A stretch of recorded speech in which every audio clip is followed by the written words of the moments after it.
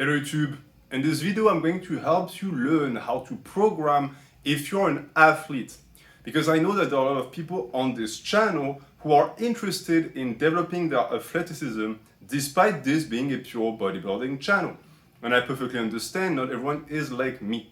And therefore I have created a few templates that are going to actually help you guys mix your love of muscle building and your practice of sports regardless of the sports.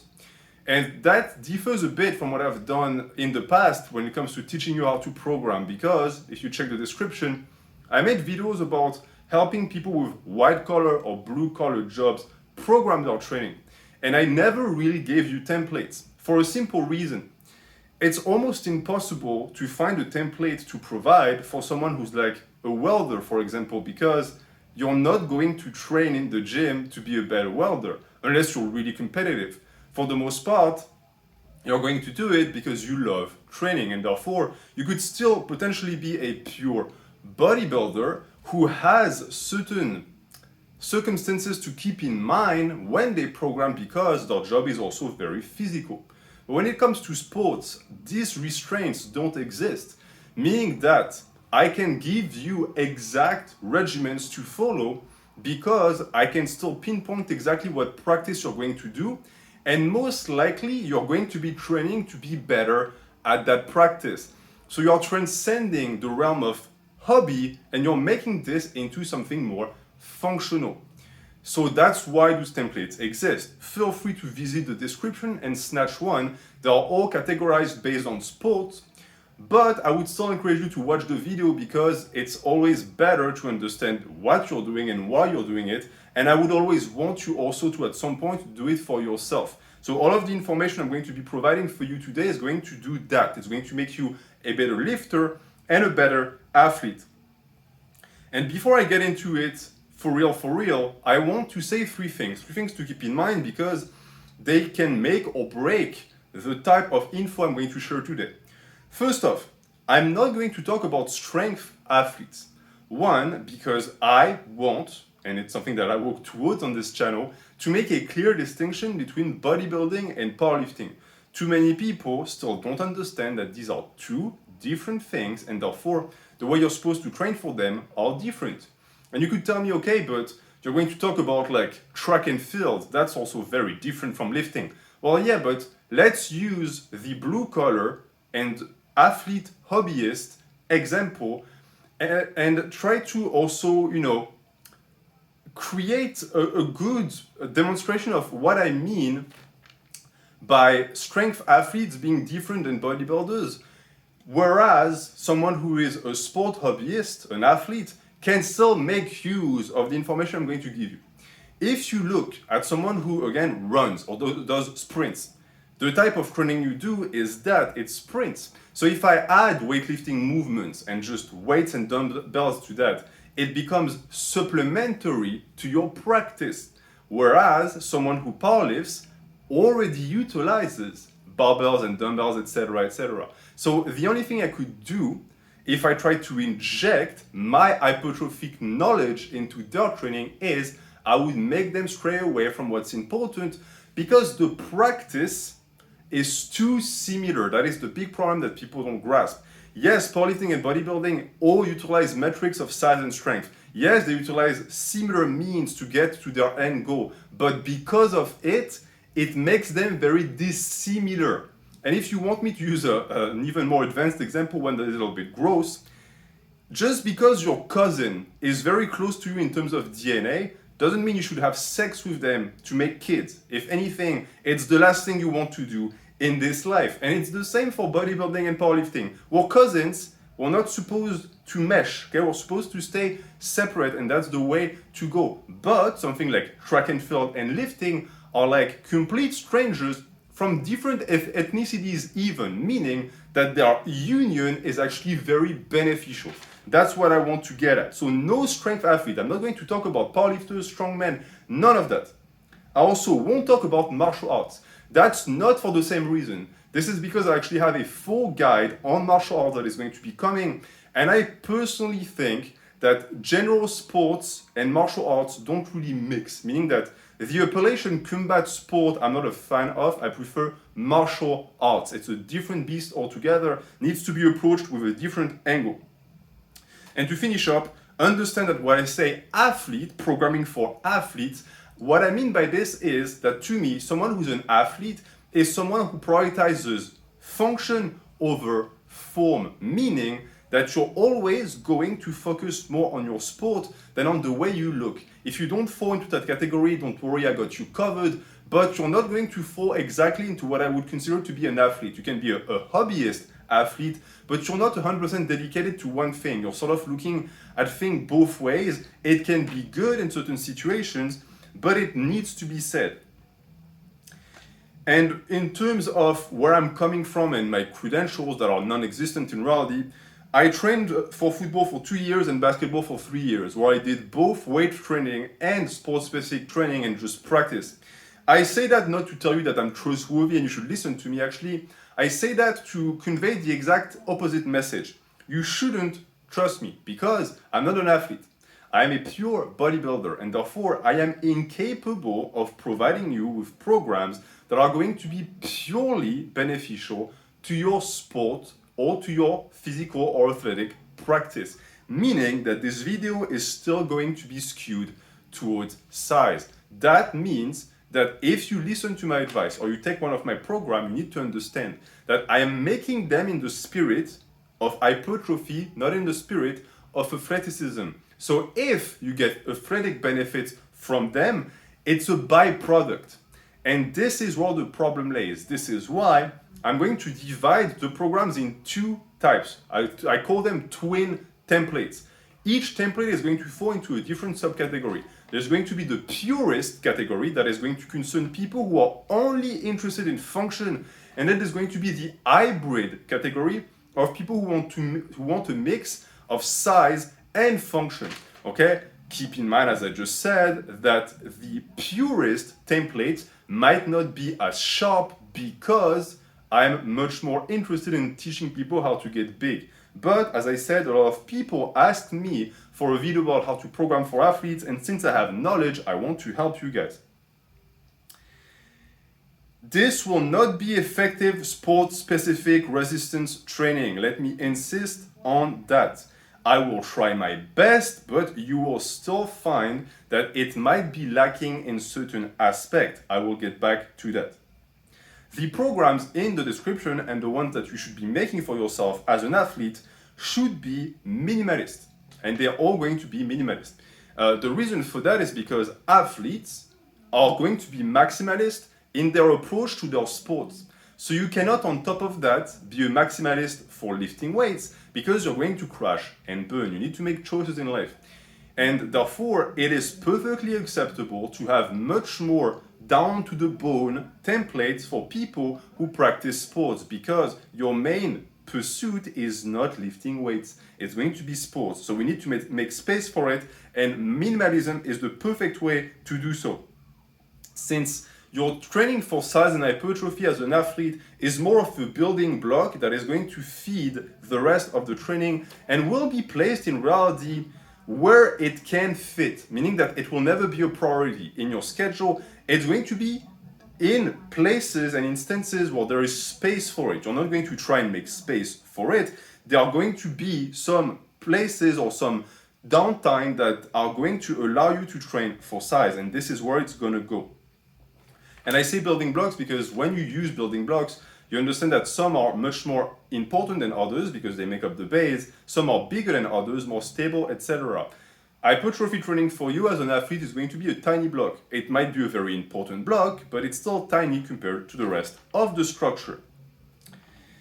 And so that means that if you take a look at the purist templates, they're going to be much more minimal because I'm expecting people who are going to use them to do a lot more sport-specific training or sports in general, while the hybrid templates will be more lengthy because I'm thinking that you're most likely a hobbyist and you don't spend that much time training for your sport.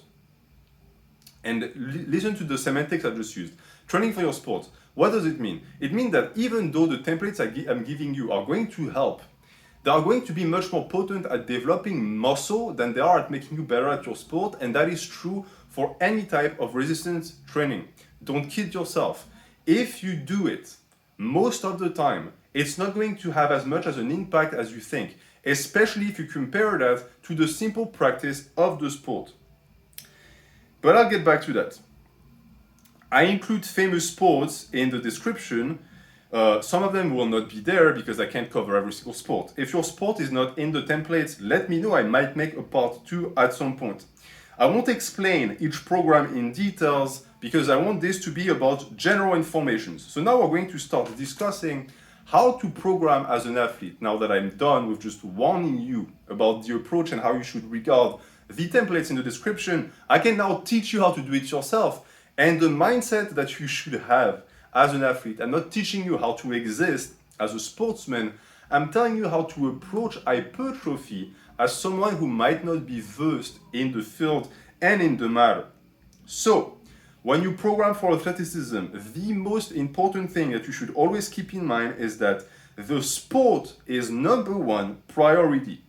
There can be no exceptions. If you're a true athlete, the sport is at the pinnacle. Anything else supports the sport. If you don't fall into that category, you're not in strict terms an athlete, you're a hobbyist. It's not the same thing. So the number one most important thing is the practice of the sport. So literally playing the sport, like in a match, be it amicable or something that is going to be in a competition. Number two is going to be your sport-specific training, things that directly feed your sport. And I'm sorry to say that, for a lot of people who thought that doing curls was going to make them a better athlete, not all weightlifting exercises are sport-specific, and not all copies or mimics of sport-specific movement with weight are sport-specific. My favorite example is people who do uppercuts with weights, sometimes with heavy weights. Yeah, that doesn't really work. If you think you're going to get stronger uppercuts doing that, you are deluded. It's cool, it looks cool for the cinema, in the theater, but in reality it doesn't work. Most of the time, boxers who use weights like this do it for cardio's sake. They want to get their heart rate up by doing fast movements, and they want some weight in their hands so that it makes the cardiovascular stamina expansion faster. They want to deplete the stamina faster. That's not technically sport-specific training. So don't get fooled by that type of practice and that type of gimmick. And the number three most important thing is going to be hypertrophy training. So as you see, it's all the way at the bottom. This means that there is a hierarchy to progression, because if you clicked on this video, it means you want to be a better athlete. You want to implement weights to be a better athlete. And I want to tell you that you are absolutely correct in your endeavor. Every single top level pro athlete of any sport you can think of, is doing weight training, is doing resistance training at some point. Okay, I don't want you to take my message for what it is not. I'm not telling you that weights don't work.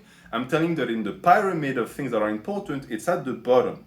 It's also the reason why steroids are so overutilized, even in sports like curling, is because muscle is always going to be a good way to multiply your power output and to just demultiply your potential as an athlete. But that is only if you make good use of it. Not all muscle is going to be good muscle. It's something to keep in mind. So, number one in the hierarchy is playing the sport. Then, mimicking the sport, okay? Mimicking, not gimmicking. Mimicking meaning that you're going to look at movement patterns and the way the body travels through space and goes through motion, and you're going to replicate that. This does not mean that you're going to end up doing things like bozubo squats, but I'm more referring to things like drills, like for example, footwork, that is not technically you playing the sport, but it is still incredibly important for football, for example. Things like dynamic recreation of movement also matters a ton, etc., etc. That to me is mimicking the sport, because you're pretending that you're basically taking a small portion of an action within a match that you know occurs a ton, and you're doing that on repeat. For example, a pitcher that throws like 1,000 knuckleballs is not playing a match, but they're doing what I call mimicking the sport, because in a match they will have to throw knuckleballs, and at some point it's a good thing to have repetition to get better at it. That will not be covered in the program. As you understand, I'm only concerned with hypertrophy, so this will be on you. Every single thing athletic will be on you. I'm just providing you with the necessary ingredients to gain size. Whether or not you make good use of that size for athleticism is up to you to decide, okay? But, of course, I'm still going to try to develop the prime movers for each sport. So you'll see in the programs, in the templates, each different sport is going to have different exercises, because I'm certainly not going to have someone who plays tennis do a ton of deadlifts, because I just don't see the carryover there. So there's going to be some logic to it still. So that's the hierarchy that you're going to follow. Playing the sport, mimicking the sport, and then strengthening the muscle. It's very important to follow that order, because if you just strengthen the muscle, but you don't think about how it applies to the sport, you might even shoot yourself in the foot. For example, if you develop massive chest muscles, but you're a sprinter, yeah, that just slows you down. It increases the demand on oxygen on the body, and you're just going to be slower. So that's stupid. You need to stay within line of specificity always. Always keep that in mind. This does not mean that you're only going to play. A lot of people, they see a hierarchy and they think, okay, if this is the most important, I'm only doing this. Well, no, this is the most important, yes, but it's still being sort of held up by the rest. If you remove the rest, now you're killing yourself. I've fully explained that in the video about minimalism in the description. If you're interested, I'm not going to go back to it. But that is an example of bad or evil minimalism. Instead, the way I want you to think about this is that we're going to split your time and your caloric expenditure in terms of importance. What is the most important? Well, as I said, it's the practice of the sport. That is going to take up 70% of your time and energy. 20% will be allocated to mimics of the sport, so the drills, etc. And 10% will be allocated to hypertrophy. So it's very, very small, as you've seen. Some people could argue that 60-20-20 is more appropriate for more advanced practitioners of sport, while the development of the musculature becomes more important. That is fairly possible, and it's a wiggle room that I'm going to allow you in the program via evolving rep ranges. In terms of impact, I created that split because lifting weights is more fatigue inducing for the same amount of time.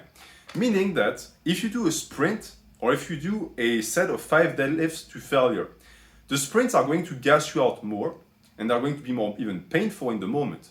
But in terms of raw damage done to the body, the deadlift will be much higher. In terms of literal muscle fiber damage, it's going to be much higher.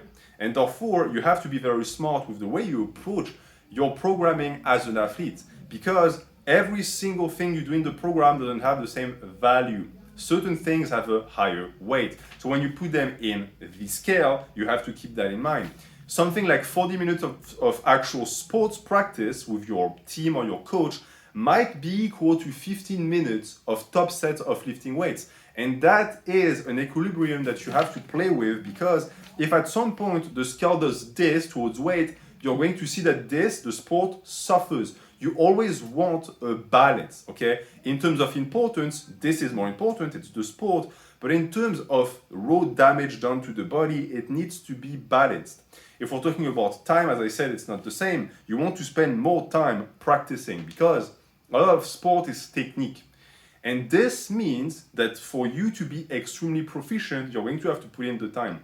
That also introduces the concept of technical rating for your lifts. I'm not going to have you do lifts that are too technical, because it's just going to be a waste of time. You don't have time to introduce all of these super technical movements in your program. You already have a ton to do with your sport, because most likely, regardless of the sport you play, the depth of skills you can acquire to be better is pretty abysmal. You will never touch the bottom of that thing. So I don't want you to do clean and jerks, for example. That's something I would never make an athlete do, because it's way too technical. And to master that, you're going to have to put way too many points in there. Same for something like rings. I'm not going to make you do like a reverse iron cross.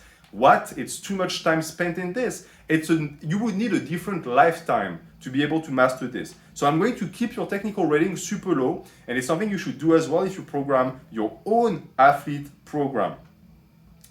It's a great news, by the way.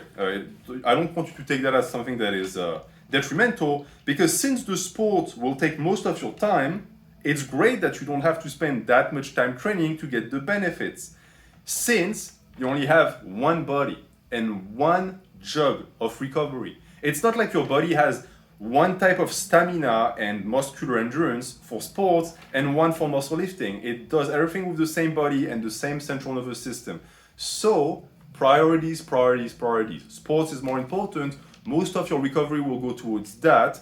But since most of what you're going to do as an athlete is going to be mostly demanding on your cardiovascular system and your overall stamina, it's going to match perfectly with a practice that is more targeted towards muscle fiber damage, which is why also, if you just heard me, I'm not going to have you do anything that takes you out of this. Anything that puts you deep in the hole of cardiovascular demand, you already do that on the field or wherever you practice your sport. And I don't want you to have to go through that again. It's a waste of time. We're going to focus strictly on destroying fibers that might be left mostly untouched by your sport.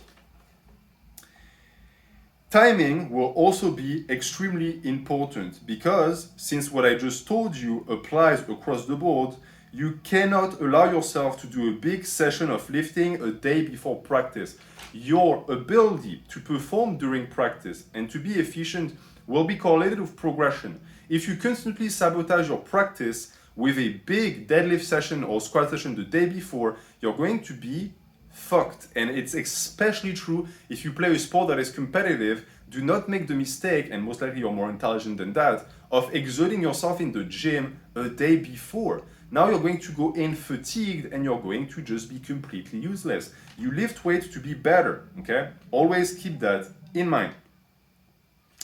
Because your goal will be to stimulate, not annihilate. I'm sure that this is a sentence you've heard a ton. It doesn't apply to bodybuilders. People who say that to bodybuilders just don't grasp it. Bodybuilders want to annihilate fibers, based on your program, of course. But for an athlete, it's not as easy because lifting is not the only thing you do. For a bodybuilder, you can crush your lats knowing full well that your program doesn't have you do lats again for 4 days. So you're good. But for someone who is going to use all of their muscles all the time when they run, when they push, when they pull, etc., you can't think like this. Meaning that if a bodybuilder is allowed to fill their jug of muscle fatigue all the way up all the time because they know they can pour it slowly over the week, you don't. I always want you to be at 80, 70%. You never want to go all the way. And to actually reinforce that in your training, you're going to see that I'm going to implement reps in reserve. I'm never going to have you go to failure, not because it's bad or dangerous, but because it reinforces bad training practice for an athlete. The only moment you go all the way and you reach deep down should be when you do your sport, when you compete and you try to win, not in the gym. Some people might disagree, it's fine. This is just my approach for training athletes. And when it comes to the actual application of that, you will find also that this practice greatly reduces injuries because all of the programs are going to be short and intense. I'm not going to put you through rounds and rounds of volume that are going to exhaust you and tire your cardiovascular system. I'm mostly going to try and pinpoint top sets that are going to be short, low reps, effective, and frequently spaced throughout the week so that it gives you time to recover and it opens space for your sport. This is going to be, again, your responsibility. The templates don't have a cognizance of when you train your sport. So I made them in a way where you can actually move them throughout the week and plug them as building blocks on days where you think they make the most sense. As I said, most likely you won't have a big squat day just before you do your practice. So this is on you, okay? I can't help you with that. I made a video about frequency that you can check out if you need some guidance on how to put around and manipulate the training and the days. And since the frequency is going to be annexed on your sports schedule, you are also going to have to make sure that the dietary aspect is also aligned in the same fashion, because at no point should lifting trump sports. If your goal is to truly develop your athleticism, you cannot let that happen. So the idea that you could potentially bulk up to get a bigger bench or cut to have a six-pack is ridiculous. Any reasonable athlete will tell you that this is not the way to go. At no point does your additional or support practice of weightlifting overtake and just overstep its boundaries and replace the sport. Never. Unless you want to transition into something like bodybuilding, in which case, go ahead, knock yourself out. It's the reason why also I made two types of program. If you do the Purist program and at some point you're like, man, maybe sports are not for me, maybe I just want to do the pure form and aesthetic thing, well, you can jump onto the hybrid program, and then eventually when you're ready to just let go of your sport, jump into an actual bodybuilding program. Or if you just want to be someone who does both, you can do both. Keep in mind one thing about doing both, you most likely won't be very good at either. And that is something that I know is a little bit heartbreaking for some who feel a lot of love towards two different practices. But keep in mind one thing, the cousin example I gave you at the start is very relevant and gross at the same time. Because the more relation there is between two sports, the less of an ability you're going to have to do both at the same time. What I mean by this is that even though two sports can look very similar, it does not mean that they translate to one another. Just because they look the same doesn't mean that they're the same. As I said for bodybuilding and powerlifting, when you utilize lifting weights to get better at your sport, like jogging for example, you are in a sense making a choice. You are making a sacrifice. You're telling yourself, I'm not going to utilize lifting weights to its full potential. I'm going to use it to make me a better athlete. The way and the day you decide that this is not what you want and you want both at the same time, you're going to run into problems. It's the reason why people who try to get big and strong at the, big and strong and develop size and strength at the same time are going to run into issues at some point because you have to make a choice. The two are just too dissimilar to develop at the same time. And I know that it's something that a lot of people grasp, especially if you use examples that really exemplify this. For example, if I told you, I want to get really good at boxing and swimming, you tell me, okay, these look really different to me. I think you're going to have to make a choice. And you would be correct. The problem is that the same thing doesn't apply to sports that look too similar. So for powerlifting and bodybuilding, it's the reason why people don't grasp it. And yet they grasp it for strongman and bodybuilding. Really goes to show that there's some fuckery going around here. I'll explain it when I make the video about powerlifting. But all of that to say what? All of that to say that you have to make one or the other a priority, and you have to make that choice. If you're half-assing two things, you're just going to suck at the two. And that is pretty much the end of this video. So as I said, the conclusion is you lift to get better at sports. You don't do the opposite, all right? The day you start lifting just to lift is the day you stop being an athlete. So keep that in mind. It's not a bad thing. It's just a change of trajectory. It is okay, but it does mean that this video and the concepts applied in this video might not be as relevant for you. And that is what is going to conclude this video. So again, templates are in the description if you want to snag them. If you're interested in the topic, let me know. I can make a part 2. And eventually, as I said, I will make a video about martial arts. I will make a video about functional training. I will make a video about powerlifting. Thank you for watching. Have a good day.